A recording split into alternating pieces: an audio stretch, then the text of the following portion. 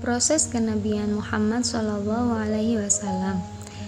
Ketika Rasulullah berusia 40 tahun, Rasulullah sering sekali pergi ke Gua Hira untuk merenungi kerusakan moral yang terjadi di masyarakat Mekah. Kemudian pada malam 17 Ramadan, turunlah malaikat Jibril yang membawa wahyu dari Allah untuk Nabi Muhammad SAW.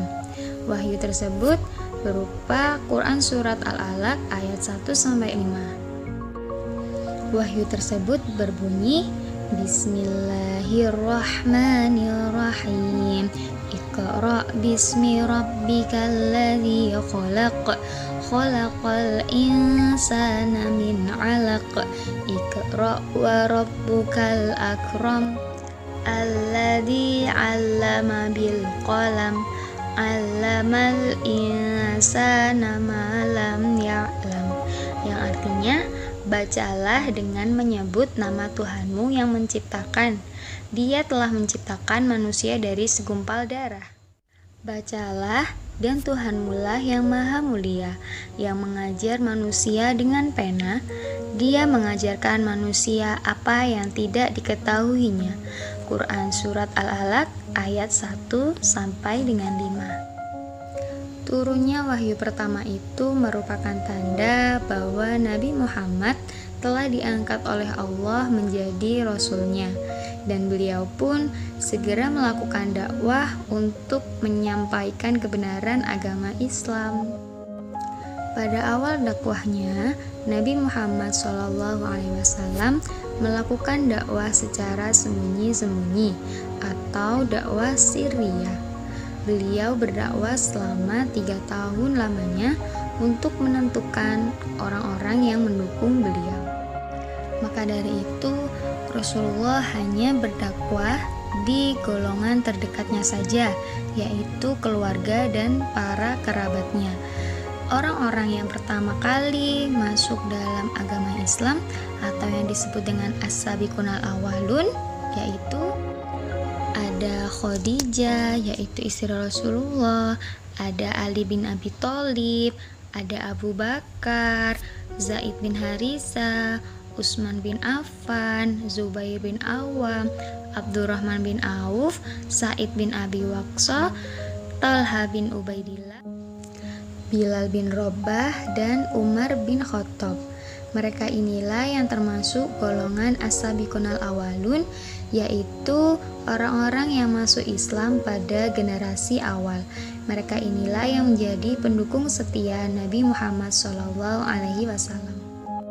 Setelah 3 tahun berdakwah secara sembunyi-sembunyi, Rasulullah mendapatkan perintah dari Allah berupa Quran Surat Al-Hijr ayat 94 untuk berdakwah secara terang-terangan. Ayo anak-anak, kita baca bersama dalil tentang perintah Allah kepada Nabi Muhammad untuk berdakwah secara terang-terangan. Bismillahirrahmanirrahim. Fasda' bima tu'maru wa a'rid 'anil musyrikin. Yang artinya, maka sampaikanlah olehmu Muhammad secara terang-terangan segala apa yang diperintahkan kepadamu, dan berpalinglah dari orang-orang musyrik. Quran Surat Al-Hijr ayat 94. Surat tersebut menjelaskan bahwa dakwah Nabi Muhammad SAW bertujuan agar manusia tidak tersesat dalam kemusyrikan dan kembali kepada ketauhidan, yakni hanya Allah yang patut untuk disembah. Setelah itu Rasulullah mulai berdakwah secara terang-terangan. Beliau mengumpulkan penduduk kota Mekah di Bukit Sofa dan mengatakan bahwa beliau adalah Rasul atau utusan Allah untuk menyampaikan ajaran agama Islam. Namun, dakwah Rasulullah tidak mendapatkan respon yang baik dari penduduk kota Mekah. Bahkan, paman beliau sendiri, yakni Abu Lahab, marah-marah dan mencela Rasulullah. Celakalah kamu Muhammad. Beliau kemudian melempari batu kepada Rasulullah. menghadapi tekanan, ancaman, penghinaan, dan kesewenang-wenangan kaum kafir Quraisy kepada Rasulullah, beliau akhirnya merencanakan strategi untuk mendapatkan perlindungan, pertolongan dari kerabat-kerabatnya. Untuk melancarkan strategi dakwahnya, Rasulullah melakukan hijrah ke kota Yasrib, kemudian ke kota Habsyi sebanyak 2 kali, kemudian melakukan misi ke Thaif untuk mengumpulkan pendukung dari kerabat-kerabat yang lain. Ketika berada di kota Habsyi, alhamdulillah Rasulullah berhasil mengislamkan beberapa tokoh penting Quraisy, yaitu Hamzah bin Abdul Muthalib yang merupakan paman dari Rasulullah itu sendiri pada tahun 615 Masehi. Bahkan Raja Nejus pun masuk agama Islam karena sifat kebaikan dari Rasulullah. Jadi kota Habsyi sangat menerima baik sekali kedatangan Rasulullah dan para pengikutnya untuk menyebarkan agama Islam.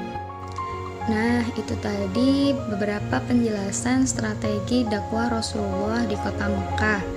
Untuk penjelasan selanjutnya, kita akan bahas di pertemuan selanjutnya ya.